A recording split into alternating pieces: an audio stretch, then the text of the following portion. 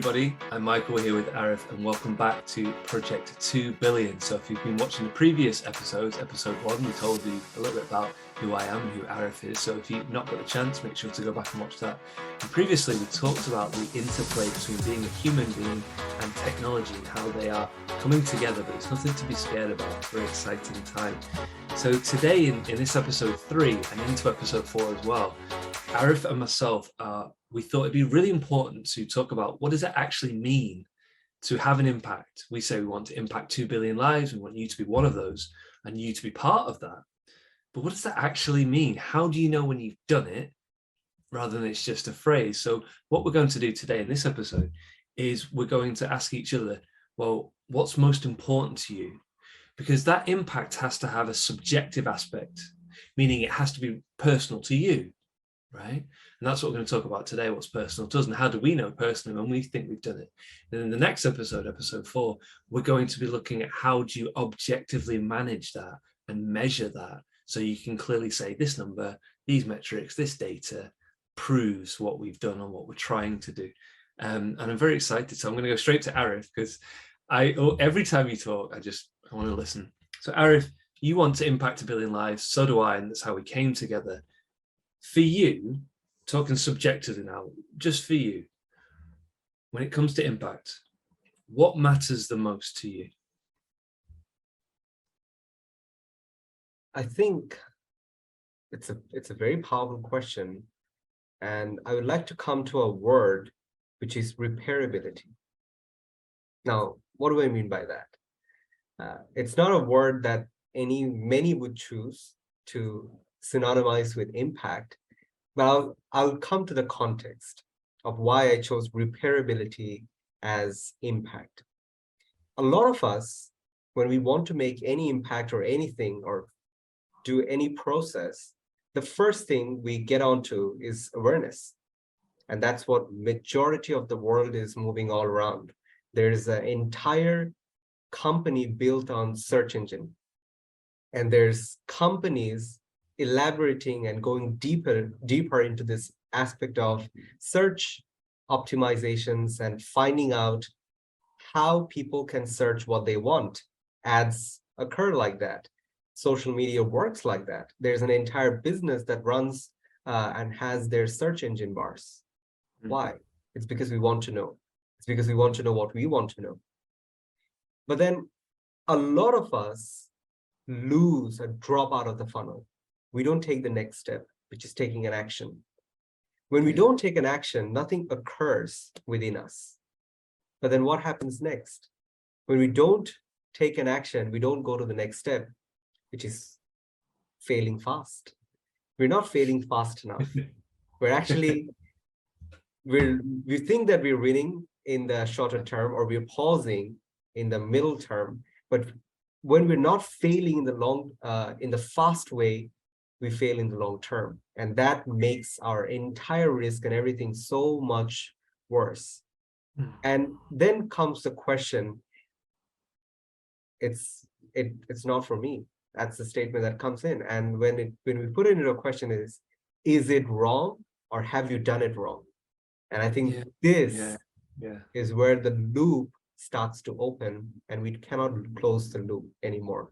So what we're doing is putting in seeds, we're bringing up trees that is not becoming a tree and we're just considering it to cut it off. It's not the seed was bad. It was just that we didn't nurture and nurse it well enough. That to me is the repairability factor that is missing in the impact equation. What do you think, Michael? Wow, that is, first of all, it's very insightful. And it's not what I expected you would have said, because it's weird. When you kept saying the word impact, I kept thinking of the logo that we've got in the background and, like an asteroid having an impact and devastation and things like that. But it's funny, I haven't told you what I was going to say, but it ties in completely. So for me, when you say what matters the most to you in terms of impact, you talked about repairability. So you're saying there's like a personal aspect to it. For me, it comes under not giving up on yourself. I actually wrote that down. And there's 2 aspects to that. The learning or your ability to learn and your ability to love yourself and other people. So what I mean by that is I've taught children and adults now for about 15 years, and I've never met somebody who I just thought, well, I just want to give up on them. They're a complete write-off. They're a mess, even if they're in a bad place, right? But at some point, like you've just said, they give up on themselves too early. They quit too soon. And as a teacher and as an educator, you have to say, no, you're going to get there. I'll believe in it for you, before you even see it. And so that's, I think, in terms of impact, it's that ability for people to understand that your capacity to learn is completely unlimited. It doesn't run out. We just give up, like we tire physically and mentally, and we just go, that's enough. You hear people say phrases like, there's no room anymore in my brain. It's complete falsity. It's like saying there's no more room on the internet. So for me, I want to help people to not give up on themselves. And it's funny because it's only in the last year since I had my other podcast, people have been reaching out to me saying, you're helping me to not give up on myself. They're saying to me either, really honestly or reading between the lines, you affirm me, you help me to know that I matter. I want to keep going because of the things you talk about. Like you just said, people want to be repaired as well. It's like they can do it themselves. They just take so many knocks and they just kind of go, oh, that's not for people like me, or etc. And the second thing is what I call, people's loving ability. I personally think that doesn't have a limit either. When we talk about the love that we share for what we call our global family, and that is an aspect of it. So for me, the impact is helping people to not give up on themselves through understanding their unlimited capacity to learn and apply. Because guess what? You learn, you apply, you get results, positive feedback loop. And the same thing with your capacity to love. We give up on people, don't we? We give up on family members, friends, relationships. We go, it's not for me anymore. It's too difficult. Or it's not the right person. And it's more kind of, like you say, repairability. I don't know what you call that. Loving learning ability. I don't know if there's a phrase, but it's just that don't give up on yourself in how you learn and in how you love. So I don't know if that makes sense. Absolutely. And that stutter was the truth.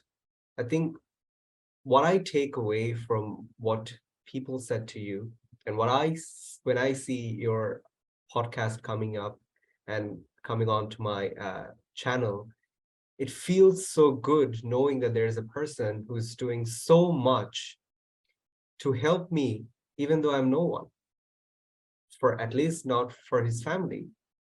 And that tells me a very important thing. People aren't bad. They want to help. So why are we assuming that they won't?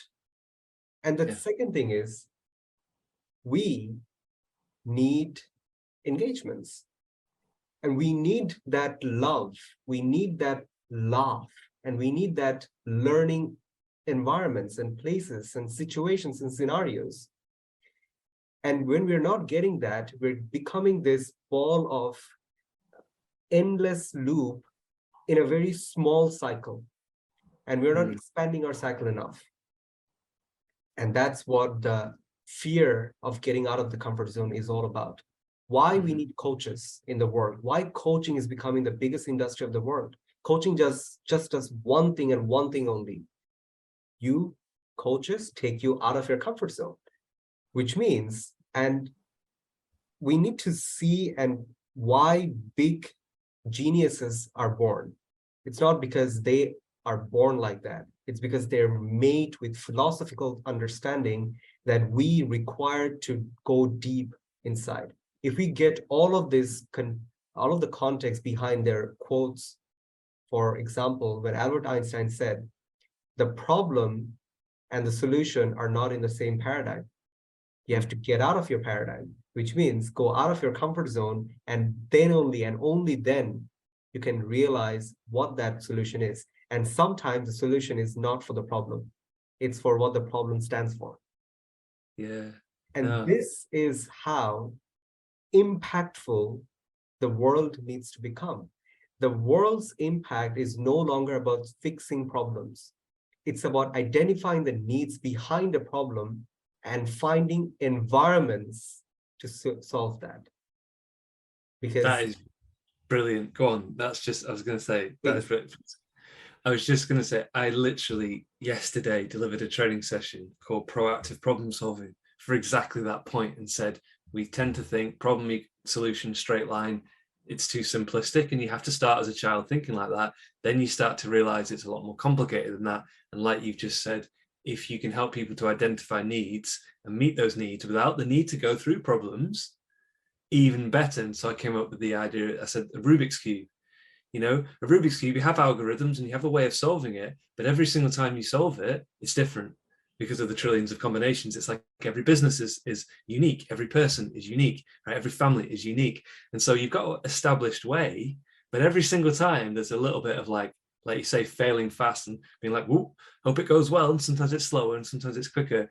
But absolutely there, that proactive problem solving, because people, especially adults, they are taken out of the comfort zone, but that's a really scary place. And people say to me things like, oh, well, I like to be outside my comfort zone.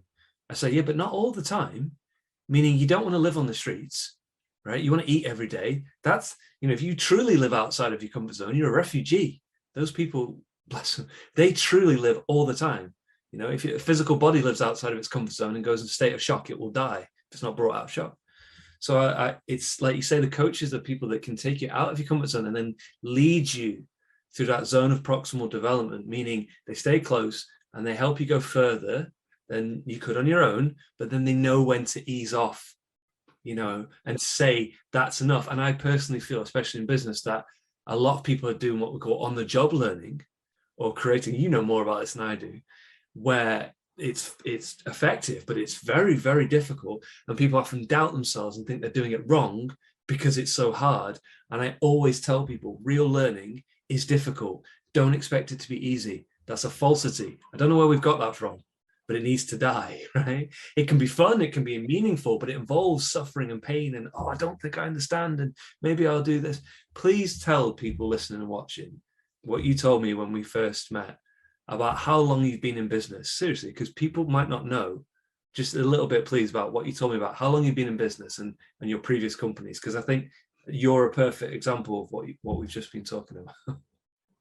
Beautiful. And the thing I'll start off is we're taught wrong. That's a sublime statement from my side, or very straightforward, is because we're taught one characteristic which no longer needs to exist for this world, which is competitiveness on the outside. When we're taught grades matter the most, what we're essentially doing is we're forgetting about the learning part. We're focusing on the grading part. And how can I grade myself one mark above the other? But then what happens? Only one person becomes the first. The second person becomes the second, and the third is the third. No one cares about second and third. The first becomes the first. Yeah. But that person, the moment his environment changes, he's no longer the first. So what happens to that ideal of trying to be the first, which is always being the number one? And you cannot continue to become the number one forever unless you try and do something unethical and illegal, which is really not the case and really not for your life. So what is it more important? Understanding the elasticity of us. We, as a human being, we have two ends and one hugely flexible, elastic part, or stretchable area. Our two ends are our birth and our death. But the elastic part is what happens between this. So that too is not under our control. So let's forget about that. What is under our control is, through this time, nothing can happen that can make us go somewhere beyond, because that death is only one, and that's it. There's no second option that comes to that part. It's about, if the audience knows cricket, I think me and Michael, we were both quite fans of it. If you get out, that's it. Yeah. So batsmen have essentially two things to take care of: coming to the crease and not getting out. In the middle, whatever they do, they have to figure it out. That's the creativity, that's the work, that's the ethics that they have to figure through.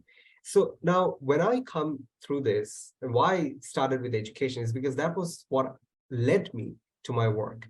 When I was 10 and a half years old, I asked my father, what was the purpose of me studying? To get grades?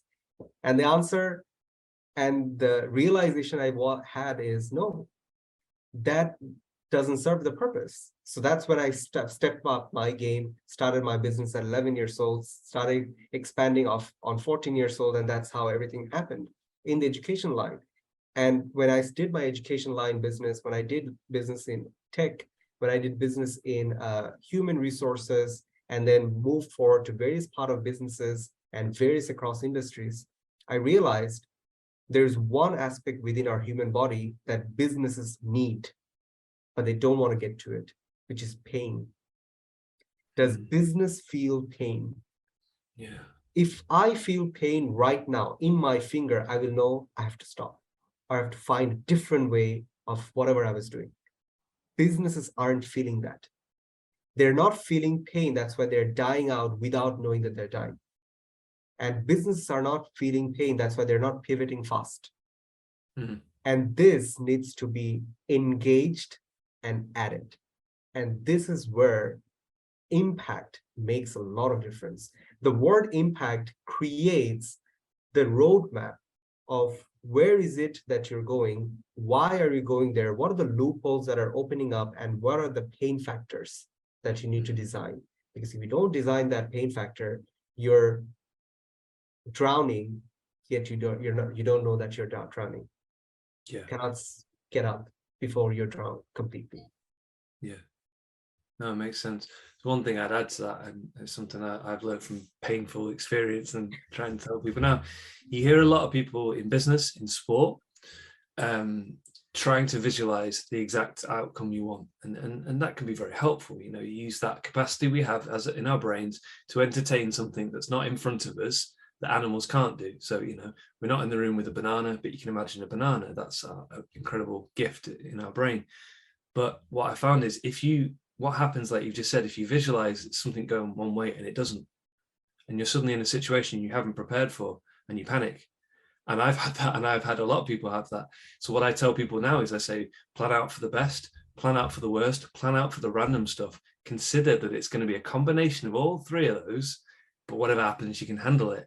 That's a lot more helpful for people because you're then utilizing that ability to expect and understand that pain could happen, and that's okay. It's part of the game, like the game of cricket. There has to be a loser and a winner, but that doesn't, and I have to be really careful here because you were great to use the sporting analogy, but too many people think business is a sport, meaning there has to be a winner and a loser. And in our opinion, there doesn't. That's where the analogy is limited, isn't it, in value? Business is like a winner. We can always win. We can always win. So yeah, I absolutely agree that pain aspect is not talked about. And people think if they feel pain, they're doing something wrong. And yet, if every customer and client didn't have a pain, you wouldn't have a service and a solution. So you've really hit on something that I need to go away and think about that one. Seriously, that was brilliant. That was genuinely fantastic. Thank you. And I think what we are doing here together now, and what I love your analogies where you've hit on a very, very important point. The difference between playing the competitive game and building an industry, building a business together. I think what changes is if you were to add on top of that cricket analogy or the game analogy, win and lose is for the entertainment purpose. We like to see who wins and who loses, because we don't want to see a game where nobody loses. It's boring. Business is boring when you get to that level. But can you enjoy that boredom? Because that boredom is stability. And that boredom creates the platform for you to scale. And those people who really loves doing what they do, they know they wish to be bored. For my life, I'm running businesses now. I wish to be bored, but I'm not, which means I'm not stable enough to get scaled. And that scalability factor is what differs between Procter & Gamble, HSBC, the big 5 consulting firms, the big companies, who's been able to find out their boredom and build innovativeness through that. That is running the whole world right now, versus the 90% of the businesses who are still struggling to find that entertainment factor that they are not going to get. It's not about that. Good. No, that's, again, I had not thought of that. And the only thing I'd add to that, it's like there's the common thing of the 5 regrets of the dying, right? And there's things like, I wish I hadn't worked so hard. And it's almost the thing of don't get distracted, meaning don't go for the easy fix, don't go for the quick win, look for the real value. Like you say, if you look at a relationship, you want it to be almost slightly boring because you want that stability. You don't want fights every single day. So I'd never considered that you have to reach that element of almost kind of homeostasis in order to have something sustainable to build. So that's absolutely brilliant. So you can see by listening and hearing this episode that we have very synergistic ideas about how we define impact. But this is just for us personally, this combination of what myself and Arif have been talking about, whether that is that ability to bounce back, the way Arif described it, or me saying to people, don't give up on yourself too much. What we're saying here is we want to help you to navigate through that landscape of the pitfalls, of the joys, of those moments, and not get distracted by the shiny objects, but to go for the really real and to understand what that can be. And to also know, like we know, what we don't know, and that only together we will understand this. Like Arif said so brilliantly, it's not Project 2, right? It's Project 2 Billion. And that's where we get very excited. So I hope you've enjoyed watching or listening to this. But this is just us subjectively, what we think. Obviously, we love to hear from you. And in the next episode, we're going to get a little bit more specific, saying, okay, that's why you want to that's how you define your impact for you guys. But what does it look like objectively for me? You know, if I'm getting involved in this, how are you going to be able to manage that and measure that, and what numbers and statistics? And Arif is a genius when it comes to data. So he's going to have some excellent stuff. And I've got some good stuff prepared to help you to understand what that actually looks like, as opposed to maybe what it sounds like from today's episode. So hope you found that episode useful for you in understanding what impact means to us. And then obviously we'd like to hear from you. And then we're going to help you in the next episode to see how you can kind of measure that. So Arif, as always, I want to finish with you. Anything you'd like to add when it comes to that idea of not giving up on yourself and that ability to bounce back that you mentioned when it comes to impact? Absolutely. Thank you so much for leading this conversation to a path where it is sensitive to all of us and we're not speaking enough. This is not the time to give up, because this is the time to choose. I think there's the moment we find a situation where we want to give up, it's because we're overwhelmed with events, but we're not taking action because we don't know what to decide. We fear that whatever we decide will act against us, and that will make the events, if there were 100,000 events happening for me in my brain, that will make it 101. And we don't need that anymore. And this is where Project 2 Billion, Michael and myself is happy to serve and to support you into making that one simple step towards making an action. Because we understand it is not about winning, it's about moving. Can we move together? Thank you so much, Michael, for making this entire journey possible by you also moving that one step and us moving that step together. Thank you so much. And thank you to all the audience for actually taking the step to even click on this video. That means a whole lot of difference to all of us. Thank you so much. Yes. Thank you, everybody, and see you next time. See you next time.